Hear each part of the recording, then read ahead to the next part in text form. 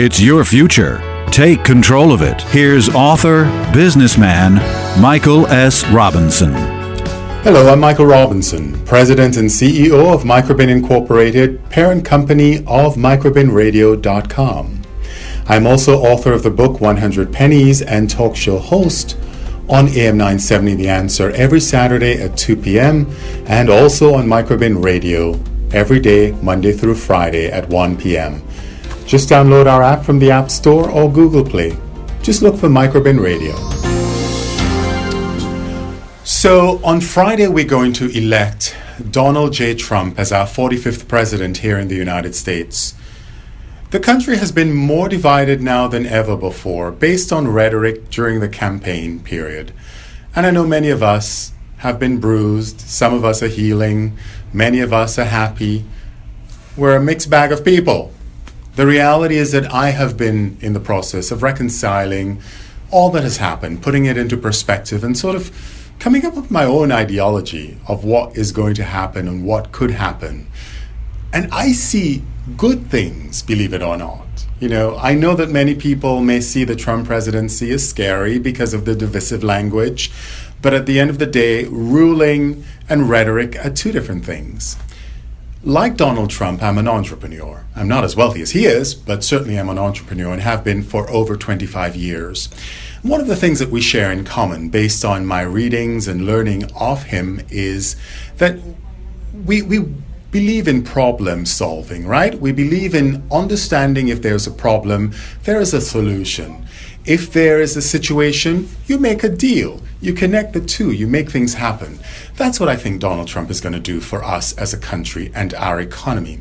He's going to bring that narrative of a businessman to the presidency, and I think it's a good thing. Regardless of what we think about his personality, his skill sets in order to negotiate deals and understand how the economy works, understand how the business model works, understand the bottom line is key. And I think that we need, for the first time, to be able to have an economy that is vibrant for all Americans, jobs across the board that is available for everybody. I need to see that we are on track where things are concerned.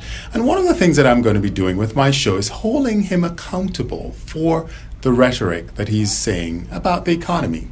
We want to see jobs coming back to the United States, insourcing of jobs from Mexico, from India, from China. We think about Apple computers that are being made in China right now. All of our smartphones from the Apple store are made in China. Wouldn't it be great for the first time for us to have some form of this infrastructure in terms of manufacturing done here in the United States? That's a good thing, isn't it? Providing the price of the Apple phone is not going to go up, of course, but certainly being able to insource jobs back here and keep jobs within our country strong, which means encouraging companies to stay here. So it means sort of cutting back on taxes. I know a lot of people see that as being not progressive, but for me it is. Because if companies cut back on taxes, they have more money in their coffers to create jobs and to stimulate the economy. But what I think in my mind that would be a good idea for Congress and the president to initiate is a concept whereby if taxes are cut, that companies are going to guarantee certain jobs based on the volume of money they're going to be incurring. So they're not just putting the money in their pockets and running away with it, right? But they're also creating jobs here within the country. And that's what I want to see happening. The situation of regulations, absolutely, we need to cut back on regulations because a lot of small businesses are hurting. They're hurting because of overregulation. They're hurting because of the fact that they cannot grow their business model and they cannot hire more people. So being able to reduce some of the regulations certainly would help certain small businesses in our sector grow and evolve and thrive. The other thing that I see happening outside of the economy, which is important for me, is the healthcare situation. Affordable healthcare has been a great asset to many of us, to over 21 million Americans who have benefited from having healthcare coverage. We as a country have to recognize that it is a flawed formula. It is a good formula, but it's flawed. Republicans want to repeal the entire infrastructure of Obamacare, and I think that that's wrong. I think what we need to do is come together as Democrats and Republicans and find what is good about Obamacare and keep it. Like, for example, pre-existing conditions. That is phenomenal. That is something we want to keep. Because my fear is that repealing Obamacare would take us back 10 years to when pre-existing conditions was a reason not to get coverage from certain insurance carriers. So we want to be sure that the prices of premiums are competitive and lower. We have excessive premium costs, which is really super expensive for many of us. So reducing premium costs, reducing the cost of prescriptions, and also making sure that when we look at the deductibles, right, that we pay on a yearly basis, it is not exceeding a reasonable amount of money. So all of these things need to be part of the equation when Congress looks at how they're going to be repealing and replacing Obamacare, because I'm concerned that if we repeal and replace it, it's not going to be better for all. And we want to be sure that everybody is included in this whole equation and decision-making process. The other thing that is a concern of many of us is, maybe not many, but many of us are concerned about the trade deals. Donald Trump said the other day that the trade deals are obsolete.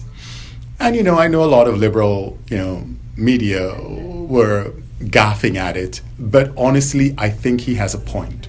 I think we can renegotiate trade deals to make them better for our country because they were written years ago, right? Our world has evolved, our economy has evolved.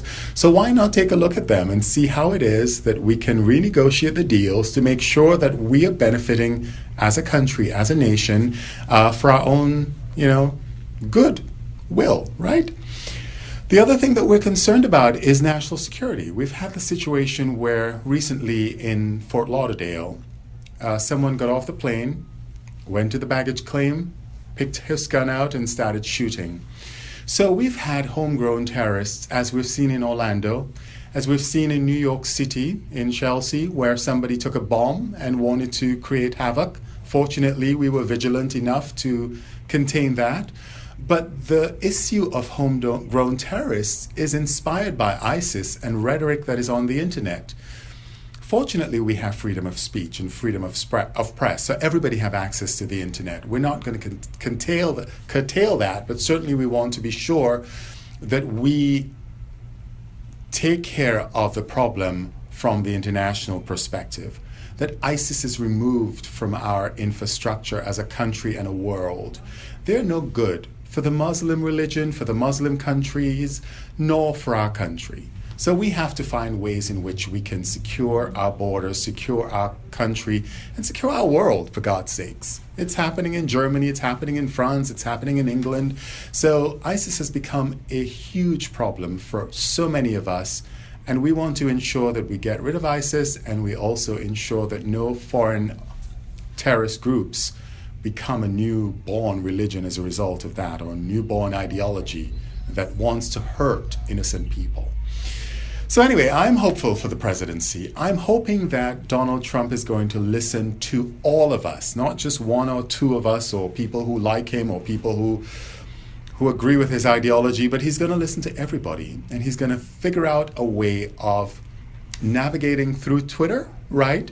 Of navigating his way through the narrative of what it means to be the president of the free world, not just the United States, but the whole world, really.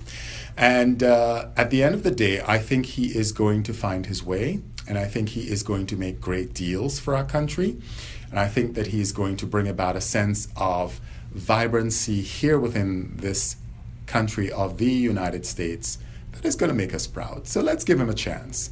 Join me as we look at his presidency from a fresh new perspective. I'm Michael Robinson. This is your time. Use it wisely.